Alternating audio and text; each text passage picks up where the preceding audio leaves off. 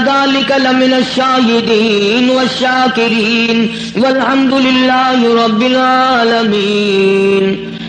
اللهم صل على محمد وعلى آل محمد كما صليت على إبراهيم وعلى آل إبراهيم إنك حميد مجيد. اللهم بارك على محمد وعلى آل محمد كما باركت على إبراهيم وعلى آل إبراهيم إنك حميد مجيد. کہ یہ آیتیں جو اس وقت تلاوت کی گئیں سورہ آل عمران کی چند آیات ہیں. گزشتہ جمعے کے مضمون کے ساتھ ساتھ سلسلے وار اور مربوط ہیں. حق سبحانہ و تعالی و تقدس نے ساری کائنات کو وجود بخشا، اس کے وجود کو قائم رکھنے کے لیے اسباب پیدا فرمائے. درختوں اور باغوں بہاروں اور پھول پتیوں اور سبزیوں ترکاریوں کی بقا کے لیے ہوا اور دھوپ اور پانی کے اسباب مہیا کیے. انسانیت کی بقا کے لیے اس کی خوراک، اس کی کھانے پینے کی چیزوں کو مہیا فرمایا، پیدا فرمایا، اور اتنا پیدا فرمایا کہ منگل بدھ کا ناغا خود کرو تو کرو، وہ نہیں منع کرتا کہ آج نہ کھاؤ اور کل کھانا.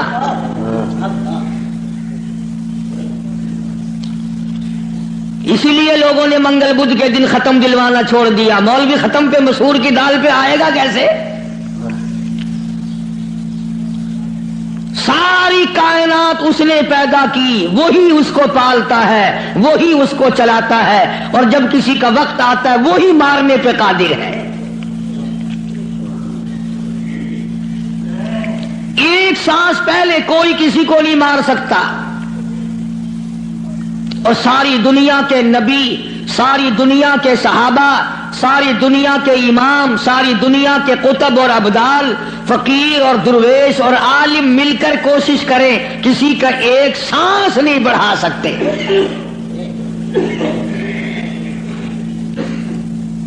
جو وقت معین فرما دیا رب العالمین نے، نہ پہلے موت آ سکتی ہے اور نہ ایک سانس تک زندہ رہ سکتا ہے. خداوند عالم نے جب موت و حیات والا مسئلہ اپنے اختیار میں رکھا، زندگی کا اور موت کا، مرنے جینے کا معاملہ اپنے قبض قدرت میں رکھا ہے، تو نفع نقصان بھی اس کے سوا اور کوئی نہیں دے سکتا. نفع کا مالک بھی وہی ہے، نقصان کا مالک بھی وہی ہے. اب یہ تو ایک ہمارا فریب ہے، دجل ہے، ہیرا پھیری ہے، آگے بڑھ کر کہوں بے ایمانی ہے کہ اگر نقصان ہو جائے تو خدا کی طرف سے ہوا، منافع ہوا تو فلاں پیر نے کر دیا یا ہم نے کیا. گھاٹا پڑ جائے اللہ کی طرف سے، نقصان پڑ جائے اللہ کی طرف سے، نقصان پڑ جائے اللہ کی طرف سے، نفع کتنا ہی مل جائے کبھی شکر ادا نہیں کرے گا کہ رب العالمین کی بڑی کریمی ہوئی، بڑی مہربانی ہوئی، اس نے بڑی بندہ نوازی فرمائی کہ مجھے اور میرے بچوں کو اللہ پاک نے روزی حلال عطا فرمائی.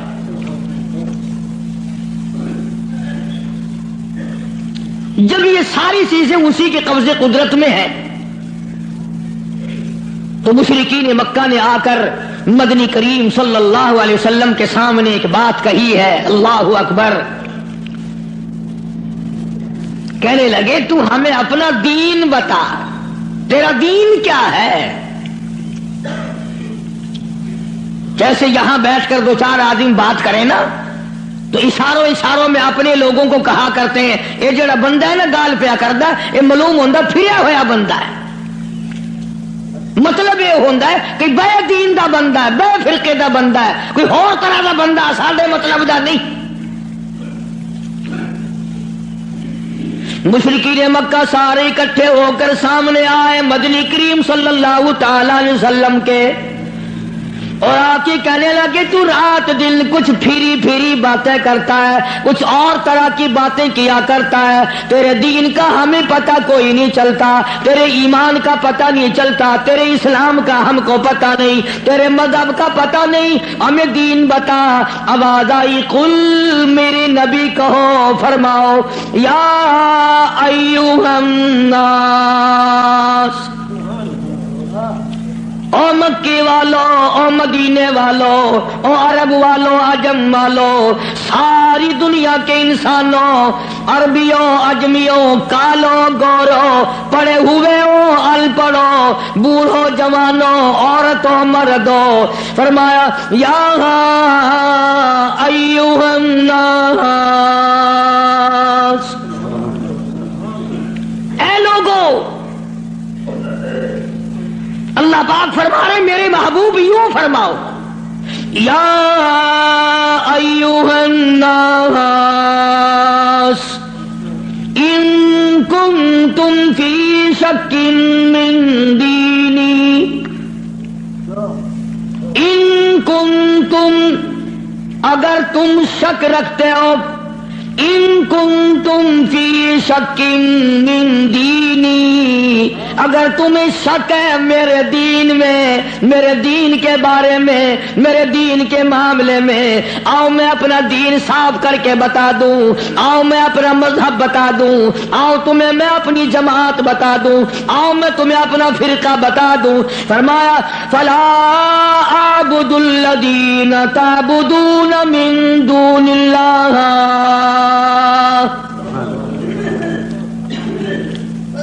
یہ ہے میرا مذہب،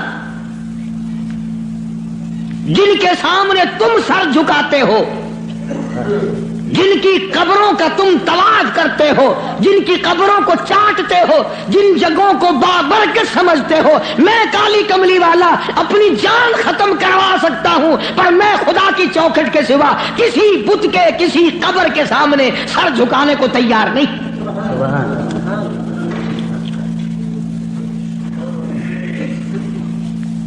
سرکار مدینہ صلی اللہ علیہ وسلم نے ابراہیم علیہ السلام کی قبر کے سامنے سر نہیں جھکایا، تم ننگوں کی قبروں کے سامنے سر جھکاتے ہو۔ مدنی کریم صلی اللہ تعالی علیہ وسلم نے اسماعیل علیہ السلام کی قبر کے سامنے سر نہ جھکایا، یعقوب علیہ السلام کی قبر کے سامنے سر نہیں جھکایا، یوسف علیہ السلام کی قبر کے سامنے سر نہیں جھکایا، موسیٰ علیہ السلام کی قبر کے سامنے سر نہیں جھکایا، اور آپ صاف صاف فرما دیا فلا اعبد الذین تعبدون من دون اللہ، میں ہرگز ہرگز کسی اور کی عبادت کرنے کو تیار نہیں، میری ساتھ لڑو، میری ساتھ جھگڑا کرو، او مکے والوں میں تم سب کی مار کھانے کو تیار ہوں، اپنے دین کا سودا کرنے کو تیار نہیں۔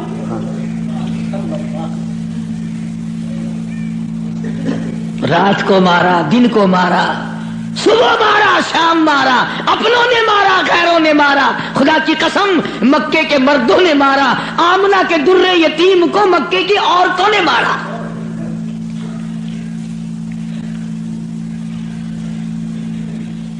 اور کس کی عبادت کرتے ہو؟ کس کی پوجا کرو گے؟ کون ہے عبادت کے لائق؟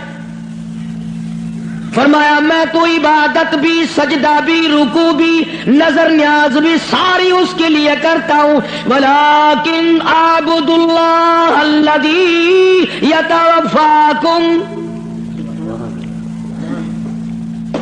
فرمایا میں اس کو خدا مانتا ہوں، میں اس کو رب مانتا ہوں، میں اس کو مشکل کشا مانتا ہوں، میں اس کو حاجت روا مانتا ہوں، میں اس کو نظر نیاز کا حقدار مانتا ہوں، جو میری اور تمہاری موت پہ قادر ہے۔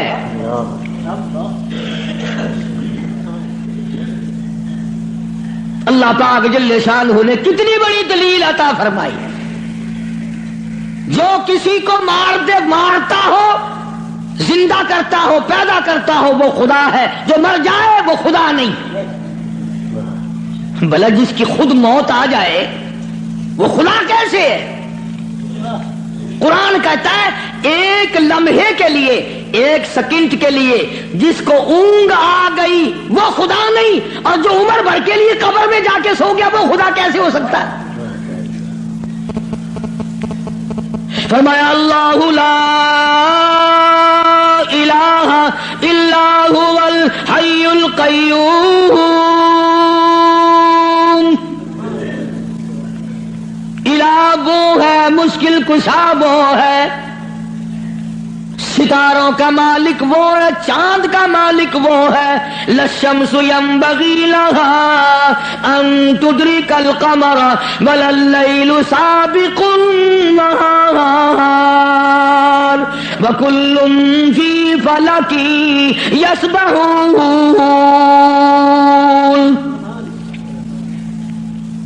فرمایا کتنی مدت گزر گئی، چاند سورج کو گردش کرتے، کبھی ٹکر ہوئی، کبھی ایکسیڈنٹ ہوا. رات دن کو کتنے دن ہو گئے چلتے ہوئے، کبھی تک آپس میں ٹکراؤ تصادم ہوا. تو ارشاد فرمایا محمد عربی صلی اللہ علیہ وسلم کی زبان سے، اللہ پاک نے کلام خدا ہے، زبان مصطفیٰ ہے، حکم خدا کا ہے، زبان کالی کملی والے کی ہے. فرمایا ولیکن اعبد اللہ،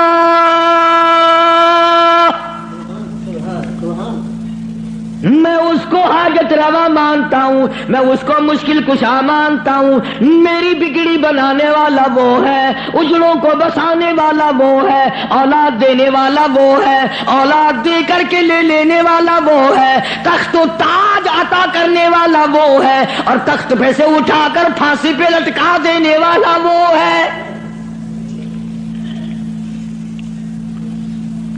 ولیکن اعبد اللہ الذی یتوفاکم وامرت ان اکون من المؤمنین.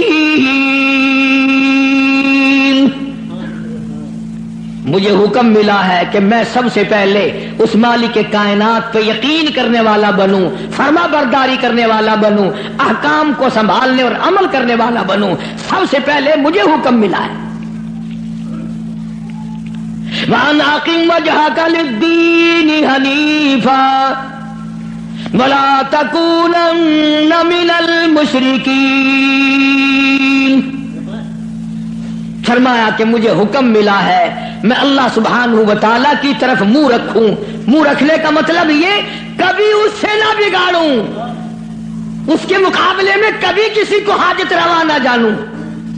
اچھا ایک لفظ اور سمجھ لیں، اگر آپ کی سمجھ میں یہ باتیں بیٹھ جائیں تو انشاءاللہ تا زندگی کام آئیں گی.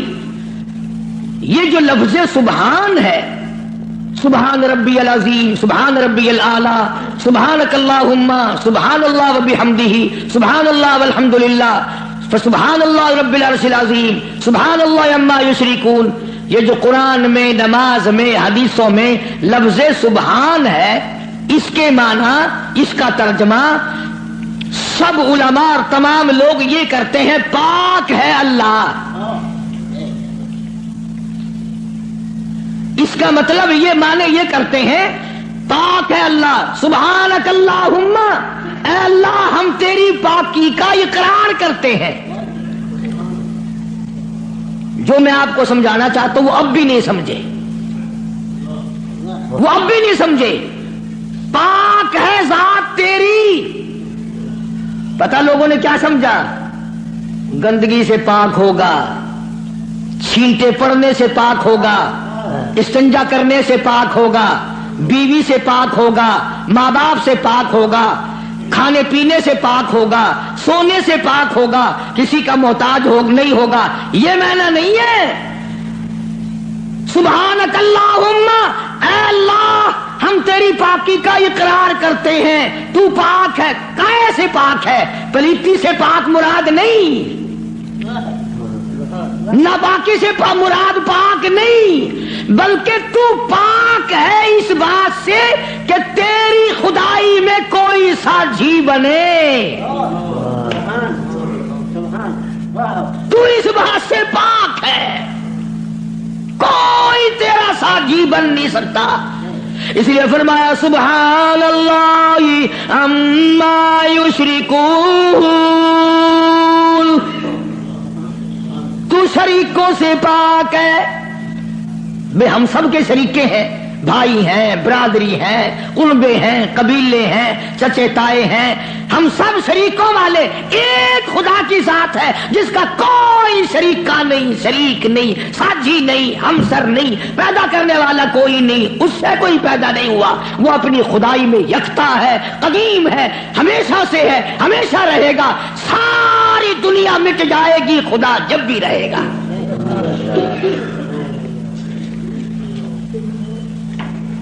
لوگ سبحان اللہ کا معنی یہ سمجھتے ہیں، سارے مولوی بھی سکھاویں اللہ کی ذات پاک ہے. لوگ یہ سمجھتے ہیں غسل خانے میں سے نہا کے نکلا ہوگا، پاک ہو گیا، پاک ہے. تمام ان چیزوں سے وہ پاک ہے جو محتاجوں میں ہوا کرتی ہیں،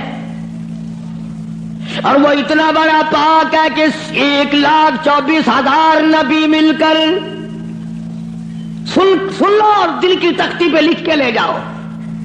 آدم علیہ السلام سے لے کر امام الانبیاء محبوب کبریا حضرت محمد مصطفیٰ صلی اللہ تعالی علیہ وسلم کی ذات اقدس تک 1,24,000 نبی. ابو بکر صدیق سے لے کر بلال حبشی تک 1,29,000 صحابہ اکرام، ہزاروں کتب، ہزاروں ابدال، تمام کے تمام نبی، رسول، پیغمبر، صحابہ، ولی، قلندر مل کر اللہ کی ذات سے ایک ذرہ برابر کام زبردستی نہیں کرا سکتے.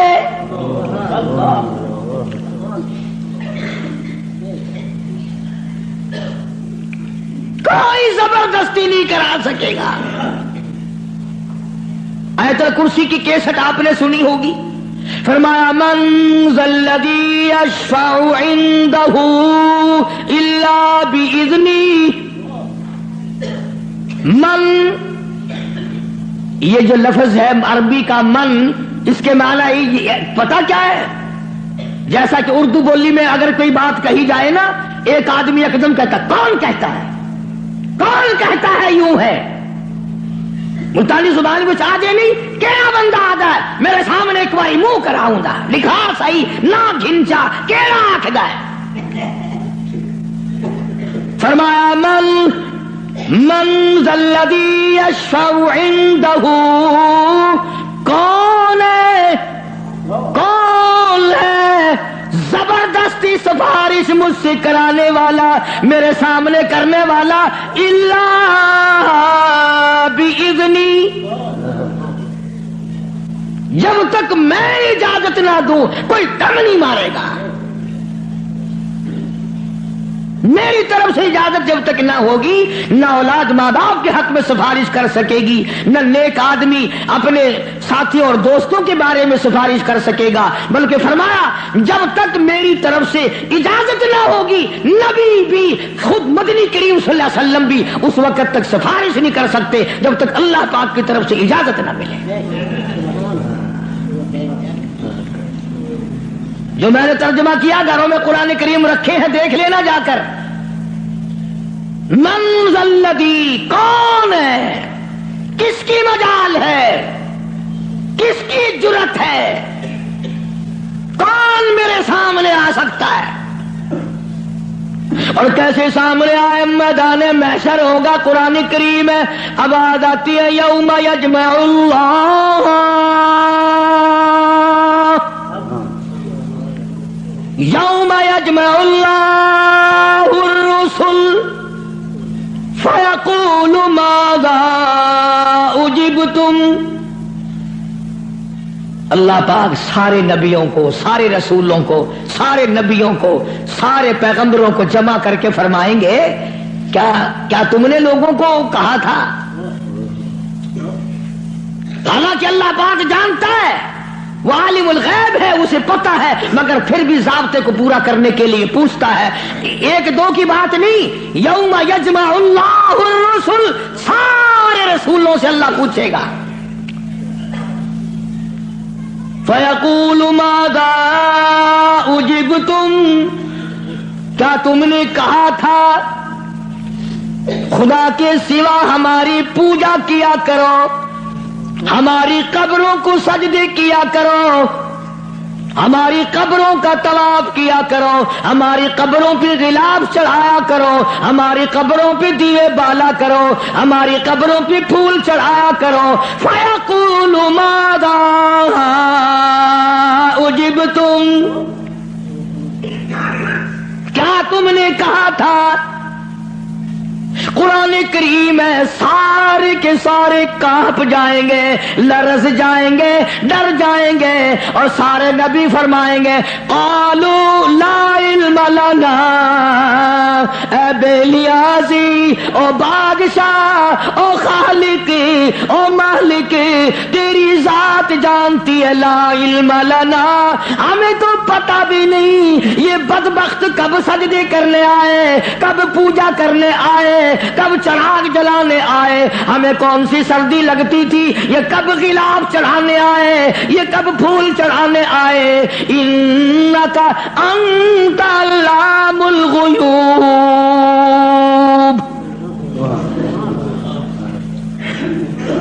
اگر ہم کہتے میرے رب او ہمارے پروردگار، تیرے سے چھپی نہ رہتی بات،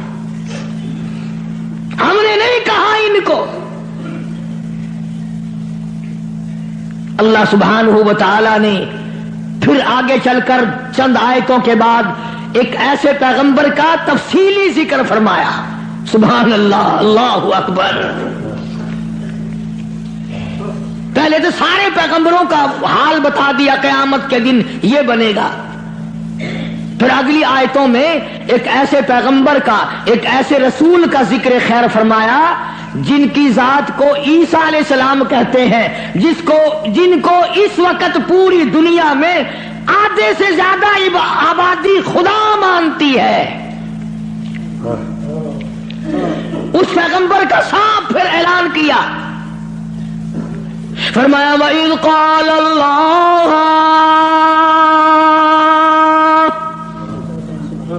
یا عیسیٰ ابن مریم، او عیسیٰ علیہ السلام بیٹے مریم کے، یا عیسیٰ ابن مریم، او مریم کے بیٹے، او عیسیٰ علیہ السلام، یہ جو عیسائی تجھے خدا مانتے ہیں، اَأَنْتَ قُلْتَ، کیا تو نے کہا تھا مجھے الہین من و امی الہین من دون اللہ،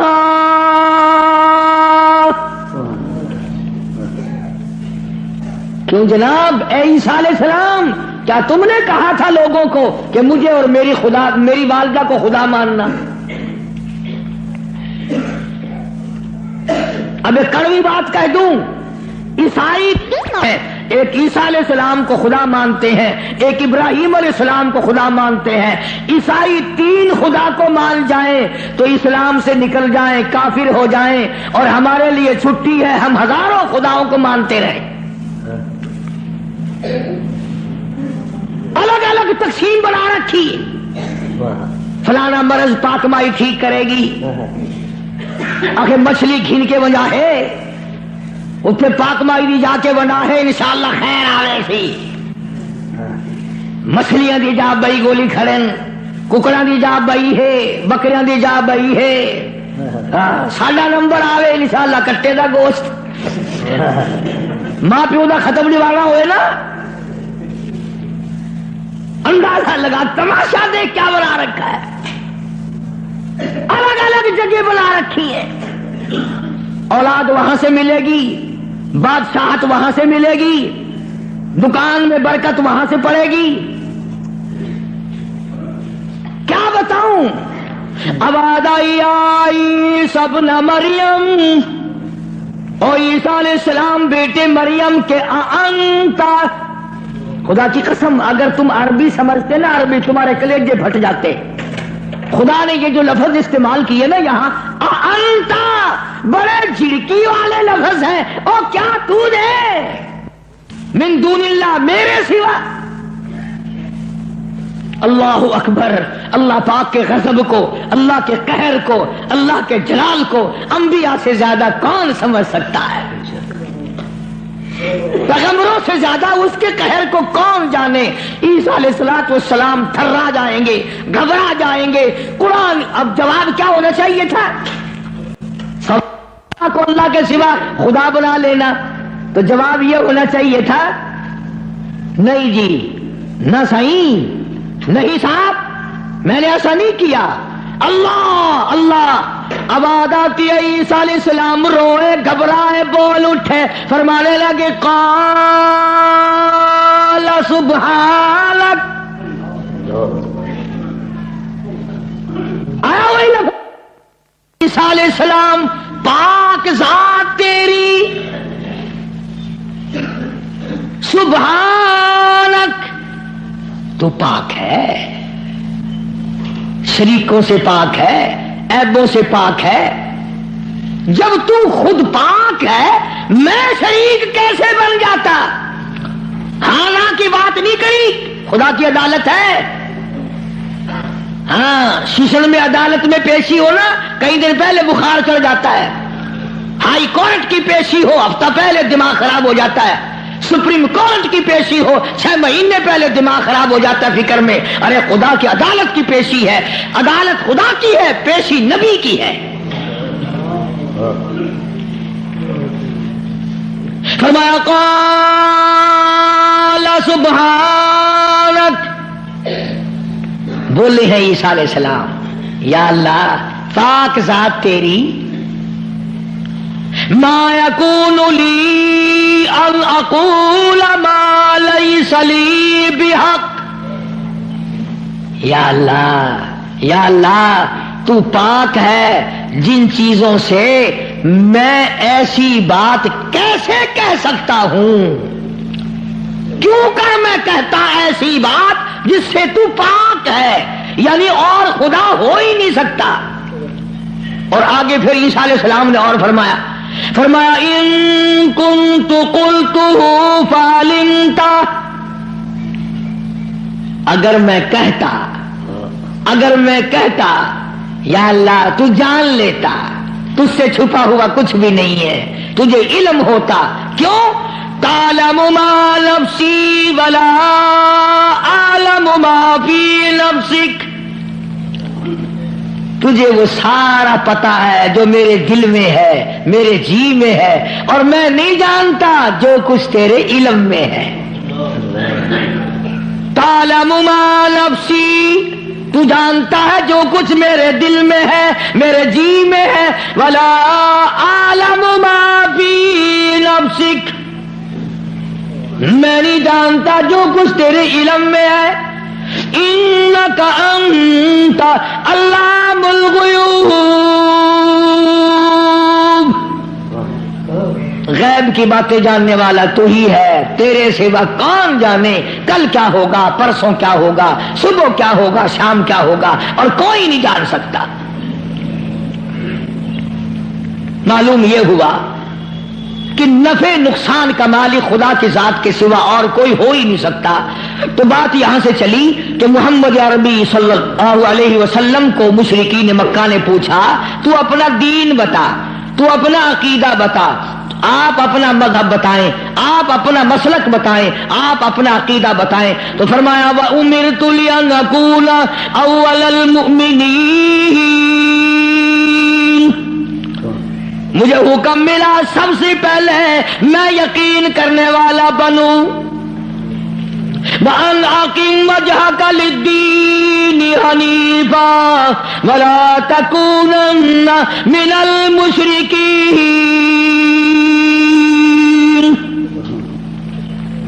میں اس خدا کی طرف منہ کیے بیٹھا ہوں میرا اسی کی طرف دھیان ہے، اسی کی طرف توجہ ہے. اور لوگوں مجھے مارو یا چھوڑو، سنا کرو یا لڑائی کرو، میرے غلاموں کو مارو یا چھوڑو، میں اپنے اس پیٹ پہ ایک ایک وقت میں 2 پتھر تو باندھ سکتا ہوں، پر اپنے خدا کے ساتھ میں کسی کو شریک نہیں کرنے کا. میں ایک ایک وقت میں 15 دن درختوں کے پتے تو چبا سکتا ہوں، پر میں اللہ سبحانہ و تعالیٰ کی ذات میں کسی کو شریک نہیں کر سکتا. اس کی چوکھٹ کے سوا میں اور کسی جگہ سر جھکا نہیں سکتا. یہ سر کر سکتا ہے، جھک نہیں سکتا. کیوں؟ فرمایا وَلَا تَدْعُ مِن دُونِ اللَّهِ مَا لَا يَنفَعُكَ وَلَا يَضُرُّكَ.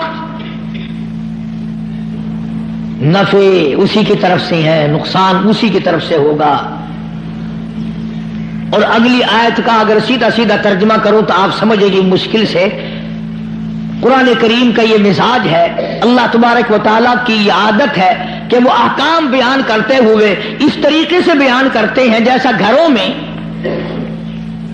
میں عورتیں ڈائریکٹ بہو کو کہتی ہوئی ذرا گھبراتی ہے، لڑائی جھگڑے کا امکان ہے کہ کھڑی ہو جا، کام پڑا ہے. اصل مقصد ہے بہو کو کہنا، لیکن ماں کرے گی کیا؟ یہ چھوکری کھڑی ہو جا، دیر ہوگی، شرم نہیں آتی، اب تک پڑی ہے. جانے گی نا کہ یہ میری لڑکی ہے، برا نہیں ماننے کی. اصل میں کہنا بہو کو ہے، سنانا لڑکی کو ہے، اس لیے حکم دینا امت کو ہے اور کلوانا کالی قبلی والے کی زبان سے ہے. لوگ قرآن کا مزاج نہیں سمجھ سکتے. ڈائریکٹ عورت کبھی نہیں کہتی روٹی پکا لے، بہو کھڑی ہو کر روٹی برتن مانج لے، کپڑے دھو لے، بلکہ اگر صرف چھوٹی سی بچی بھی ہوگی اسی کا نام لے گی. یہ تو جھاڑو دے لے، وہ کر لگا لے، برتن پڑے ہیں انہیں صاف کر لے. حالانکہ کہنا بہو کو، نو کو کہنا مقصد ہے، لیکن ماں لڑکی کا نام لیتی ہے. اللہ سبحانہ و تعالیٰ نے فرمایا میرے محبوب اگر آپ نے نفع نقصان کا مالک کسی اور کو سمجھا، اللہ اکبر. پھر قرآن کریم کا مزاج دیکھو، فرمایا فَإِن فَعَلْتَ اس وقت ہو جاؤ گے تم، فَإِن فَعَلْتَ فَإِنَّكَ إِذًا مِنَ الظَّالِمِينَ. اگر کسی کو نفع نقصان کا مالک سمجھا، ظالمین میں سے بن جاؤ گے، راہ ہدایت تمہارے سامنے سے اٹھ جائے گا. اس لیے میں نے یہ عرض کیا، بڑی 11ویں، چھوٹی 11ویں، درمیانی 11ویں، پتہ نہیں کیا کیا بنا رکھا ہے. اصل قصور ہمارا مولویوں کا نہیں ہے جو بدعت نکالتے ہیں، قصور تمہارا ہے. اگر خوشی خوشی میں صبح صبح مولویوں کے متھے 2-2 4-4 روپے مار آؤ تو ایمان سے نہ یہ تمہیں 11ویں بتائیں نہ یہ 18ویں بتائیں. رہنا تو یوں نکلتا ہے نا. فرمایا پھر ظالمین میں سے ہو جاؤ گے اگر تم نے، اب جس کا یہ عقیدہ ہے کہ اگر میں نے 11ویں نہ بنائی تو بھینس دودھ نہیں دے گی. اس لیے قرآن کریم کی میں نے وہ آیت عرض کی تھی پچھلے جمعے کو. اللہ فرماتے ہیں بھینس کا چمڑا کالا، کھاتی ہے سب ساوا چارہ، اور ادھر گوبر ہے اور ادھر رتا خون ہے، بیچ میں سے سفید خالصاً صاف ستھرا دودھ تو نکال لوں میں، پیدا کروں میں، اور جب تیرے ہاتھ میں آ جائے کہ تمہیں نہ پیا بسایا 11ویں نہ کھیر بنے نہ کھڑا.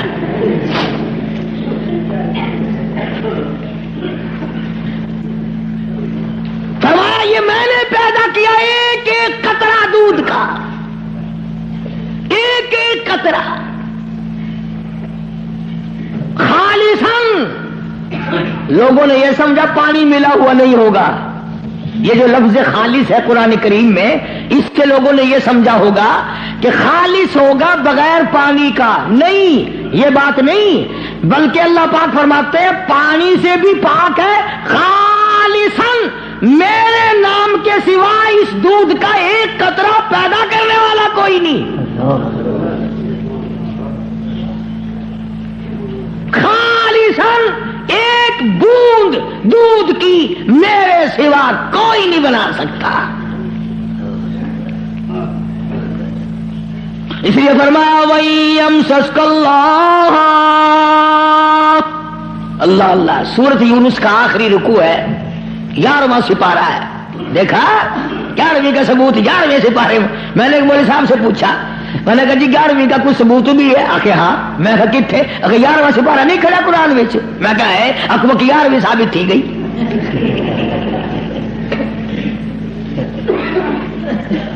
11واں سپارہ آخر نہیں بکا ہے، آخر وہ تھی گئی.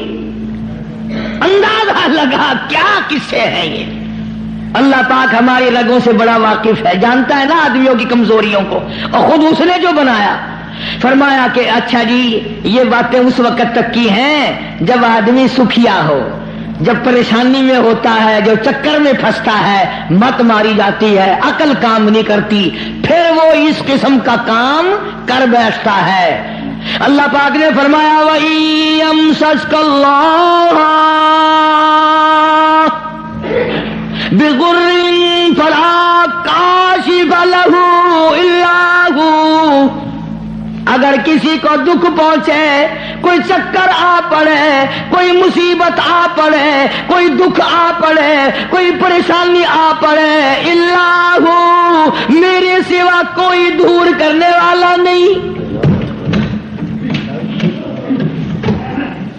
کون ہے؟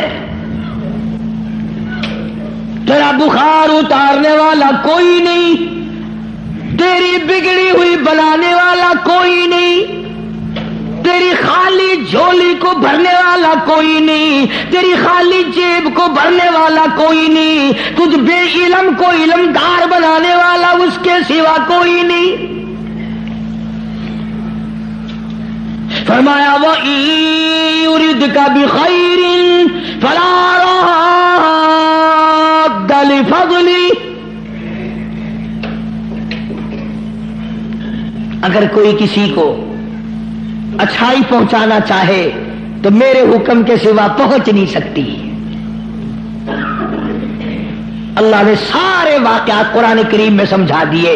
اب قوم مسلمان اگر قرآن کی طرف توجہ نہ دے، تمہیں اخبار پڑھنا آتا ہے، تمہیں رسالے پڑھنے آتے ہیں، تمہیں ڈائجسٹ پڑھنے آتے ہیں، تمہیں ناول پڑھنے آتے ہیں، تمہیں کتابیں پڑھنی آتی ہیں، اگر تمہیں نہیں آتا تو خدا کا قرآن سمجھنا نہیں آتا. کبھی کوئی اب باپ اپنے بیٹے کو اس نیت سے نہیں پڑھاتا میرا بیٹا پڑھے گا، قرآن کا ترجمہ سیکھے گا، میں تو ان پڑھ رہ گیا، مجھے بھی سنایا کرے گا، میری اپنی اماں کو بھی سنایا کرے گا. اس نیت سے کون پڑھاتا ہے؟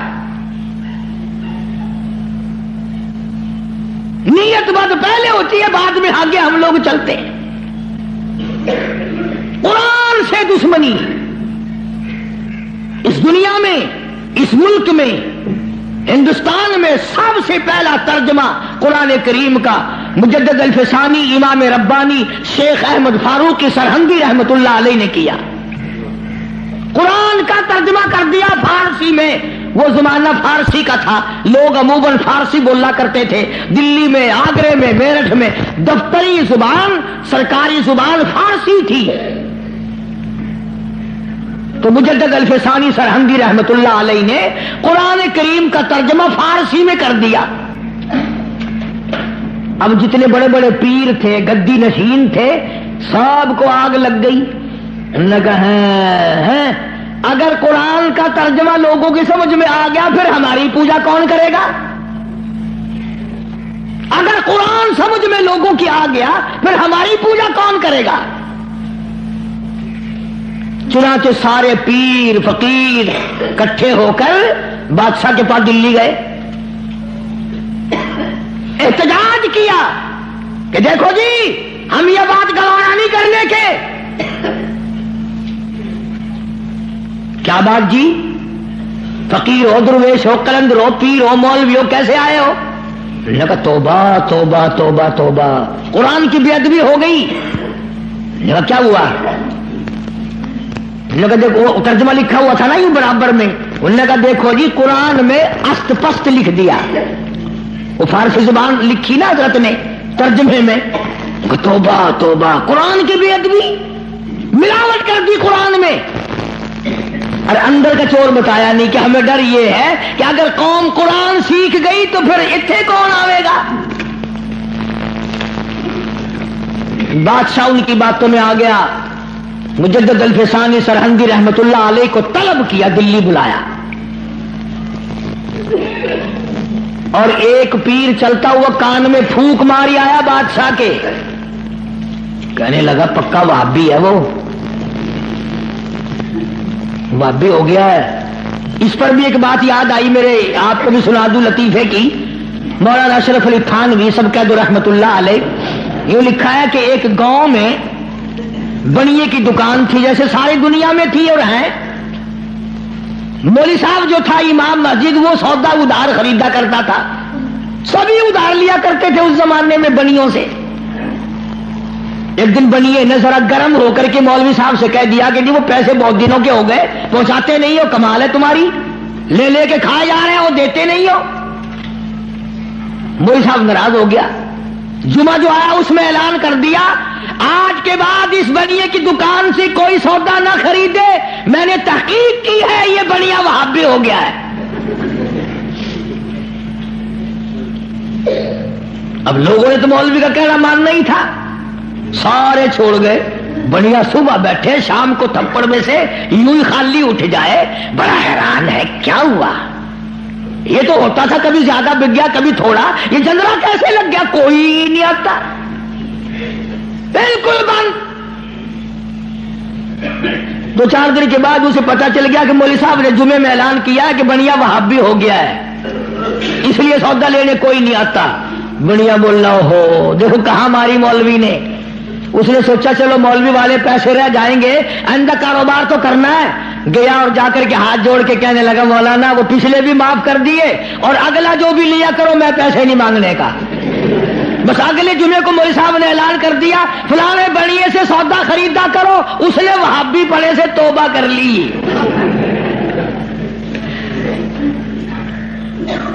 مجدد الفسانی سرہندی رحمت اللہ علیہ سرتاج الاولیاء, بادشاہ کے کان میں ایک پیر کہہ آیا کہ وہ وہابی ہے. نے کہا اچھا دیکھ لوں گا میں. بلایا مجدد صاحب کو, اور کسی نے کہہ دیا تجھے سجدہ نہیں کرنے کا, وہ بادشاہوں کو لوگ سجدے کیا کرتے تھے, تجھے سجدہ نہیں وہ کرنے کا.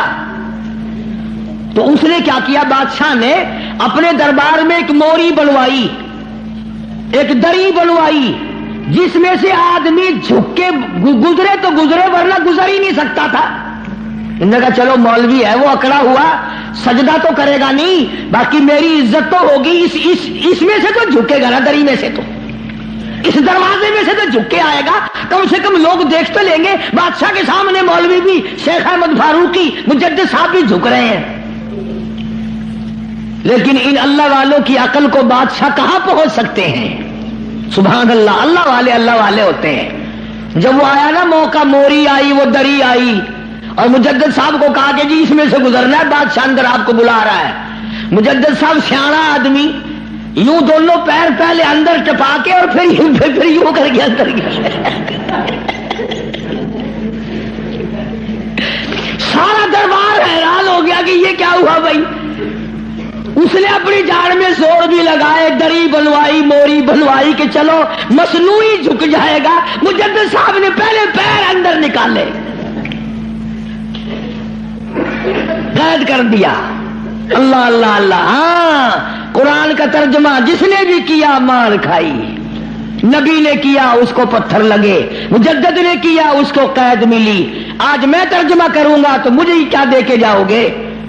فرمایا مدنی کریم صلی اللہ تعالی علیہ وسلم نے آلہ اس بات کو پلے باندھ لو, ساری دنیا کی عبادات اور ساری دینی عبادات کا مدار ہے اللہ کی توحید پہ. مجدد صاحب کو جیل میں ڈال دیا قرآن کا ترجمہ کرنے کے جرم میں. تو آج ہی کون معاف کرتا ہے قرآن کریم کا جو ترجمہ سنائے گا, جو مصطفیٰ کریم صلی اللہ علیہ وسلم کے ارشاد کو صحیح صحیح سنائے گا, کون سامنے پیش کرے. ایک بات تو یاد کرنے کے قابل ہے, اللہ اکبر نبی کا آخری وقت ہے. صلی اللہ علیہ وسلم، ایمانداری سے بتاؤ قبلے کی طرف منہ کیے ہوئے سارے باوضو بیٹھے ہو، مرد عورت وضو کے ساتھ بیٹھے ہو، آخری وقت ہو، بالکل آخری وقت ہو، یقین ہو جائے دل کو کسی طرح سے بھی کہ میرا آخری وقت ہے،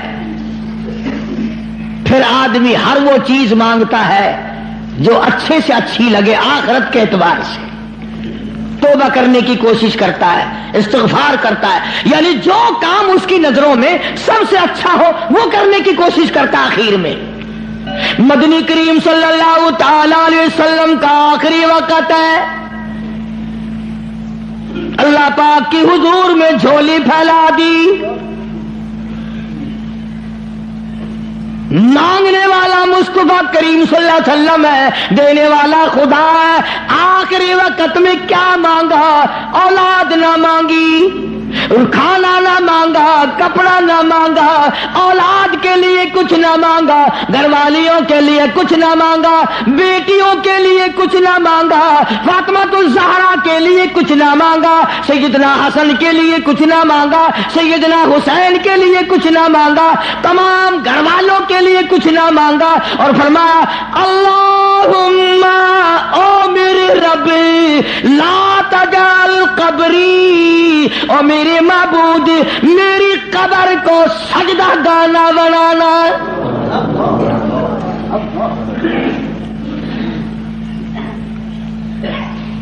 دعا ہے امام الانبیاء، یہ جو جالیوں کے پاس کوڑا لیے کھڑے ہیں یہ کالی کملی والے کی دعا ہے، دعا۔ انہوں نے تو کہندے ہی رہنا تیری خیر ہوئے پہرے دارا، روزے دی ڈالی چوم لین دے، ایک لگتا ہے پٹخارا ہو گیا۔ ہوں 400 بندے کٹھے ہوئے مدینے پاک اسی ملاد کرنا ہی کرنا ہے، انہوں نے پھڑ کے ٹھوک دیتے جیل وچ، مگر تسی اتنے مدینے پاک امام الانبیاء دا روزہ اتنے ہوئے، کالی کملی والے صلی اللہ علیہ وسلم دا روزہ مبارک اتنے ہوئے، حضور دے 10,000 جرنیل اتنے ستے پے ہومن، حضور دی 4 بیٹیاں اتنے ہومن، حضور دی 9 گھر والیاں اتنے ہومن، حضور دی 6 پھوپھیاں اتنے ہومن، اور جتھے خالی جیسے جرنیل سوئے ہوئے ہو وہاں تو بیٹھ کر میلاد کرنے لگا۔ لگائے ڈنڈے لاہور کی پولیس نے بھی، احتجاج کرو جی، اللہ کا دربار ہے، مصطفیٰ کریم صلی اللہ علیہ وسلم کا دربار ہے، اللہ کی اجازت کے بغیر اور میرے محبوب صلی اللہ علیہ وسلم کی منشا کے بغیر مکے مدینے میں کوئی قائم نہیں رہ سکتا۔ تو دعا مانگی اللہم لا تجعل قبری، یا اللہ میری قبر کو سجدہ گانا بنائیو۔ ہاں، اور بلکہ یہ تو اللہ میاں سے دعا مانگی، دوسری ایک حدیث یاد آئی، غلط بات نہیں، قبر میں آخر میں نے بھی قبر میں جانا ہے، اللہ سب کو معاف فرمائے۔ یہ تو اللہ سے دعا مانگی، امت کو کیا فرمایا، امت کو کیا دیا؟ فرمایا لعن اللہ الیہود والنصارى، لعن اللہ الیہود والنصارى، یہود و نصارہ پہ خدا کی پھٹکار پڑی، اتخذوا قبور انبیائہم مساجدا، انہوں نے اپنے نبیوں کی قبروں کو سجدے کی جگہ بنا لیا تھا، اس لیے ان پہ لعنت آئی۔ امت کو یوں فرمایا اور وہ اللہ سے دعا مانگی۔ گویا مدنی کریم صلی اللہ علیہ وسلم نے آخری وقت میں بھی یہ تعلیم دے دی، سجدے کے قابل وہ ہے، نظر نیاز کے قابل وہ ہے، ایک کا ہو کے جی، ایک کا ہو کے مر، چوکھٹ اس کی سر تیرا، در تیرا سر میرا، حکم تیرا اعمال میرے، یہ ساری چیزیں بنے گی جب بات بن گئی۔ ابھی یہ کیسٹ جب بازار میں چلے گی یا یہاں سے سن کر جاؤ گے تو کئی لوگ کہیں گے قاری حنیف قبروں میں فاتحہ پڑھنے سے منع کر رہا تھا، کیوں؟ ان پر کوئی الزام نہیں جو غلط بات کہے، نہ قرآن میں نہ حدیث میں، ہم صحیح بات بھی کہیں پھر بھی اوپر کچھ نہ کچھ فتویٰ لگے بغیر رہتا نہیں، ہم آہ بھی کرتے ہیں تو ہو جاتے ہیں بدنام، وہ قتل بھی کرتے ہیں تو چرچا نہیں ہوتا۔ لوگ جی دیکھو قبروں میں ہائے ہائے ہائے ہائے ایڈا ظلم، خدا دا قہر آ گیا ہوں تک، فاتحہ کو لوگ آخر منع کرن پہ گئے، ہٹ کر پہ گئے۔ کس نے منع کیا ہے؟ ایک دن میں 2 مرتبہ قبرستان جایا کر، اور تو جاتا ہے وہاں دربار میں پیر کے اور ماں قبر میں جل رہی ہے، ماں کی قبر پہ جا کے فاتحہ پڑھا کر، اور پیر کی جگہ بھی اگر تو جا کے فاتحہ پڑھے تو ثواب ہے، میں منع نہیں کرتا، میں خود جاتا ہوں۔ قرآن پڑھ، تلاوت کر، الحمد شریف 1 مرتبہ پڑھ، 3 مرتبہ قل هو اللہ پڑھ کر اللہ کے بندوں کو ساروں کو بخش دے، ایک کو بخش دے، ماں کو، باپ کو، پیر کو، فقیر کو، کون منع کرتا ہے؟ حکم ہے اس طرح کیا کرو۔ بات ہے دوسری، سلطان باؤ رحمت اللہ علیہ کے مزار پہ چلے جاؤ، ہزاروں من مٹی کا ڈھیر لگا ہوا، چیکڑی مٹی، ٹبے پڑے لگے ہوئے، اور ایک بیٹھا نامس ٹنڈا، لائن لگ رہی ہے عورتوں کی، اور وہ مٹی گول گول کے پلا رہا ہے، کہنے لگا جی 100 مرضوں کی دوا ہے حضرت دی، لے یہ بات نہیں ہے، یہ غلط ہے بس۔ اس لیے قرآن کریم کا ترجمہ سورۃ یونس کا جو لکھے پڑے لوگ ہیں، 11واں سپارہ سورۃ یونس کا آخری رکوع ہے، اس کا ترجمہ دیکھنا، تفسیر دیکھنا۔ اللہ مجھے اور آپ کو عمل کی توفیق عطا فرمائے، اللہ پاک ہم سب کا خاتمہ بالخیر فرمائے، قرآن کریم کا اور مصطفیٰ کریم صلی اللہ علیہ وسلم کا خادم اور غلام بنائے۔ وآخر دعوانا الحمدللہ رب العالمین۔ اللہم صل وسلم وبارک علی سیدنا و مولانا محمد النبی الامی الہاشمی وعلی آلہ واصحابہ البررۃ الکرام۔ یا اللہ سب بیماروں کو شفا عطا فرما۔ حاجی منظور صاحب، حاجی رشید صاحب کے بھائی ہیں اور میرے حج کے بھی ساتھی ہیں، بیمار ہیں، یا اللہ شفا کاملہ عطا فرما۔ حاجی رشید صاحب کو بھی کچھ تکلیف سی رہتی ہے، ویسے ٹھیک، اللہ شفا دے، اور تمام مسلمان بیماروں کو شفا عطا فرما، ساری مخلوق پہ کرم فرما۔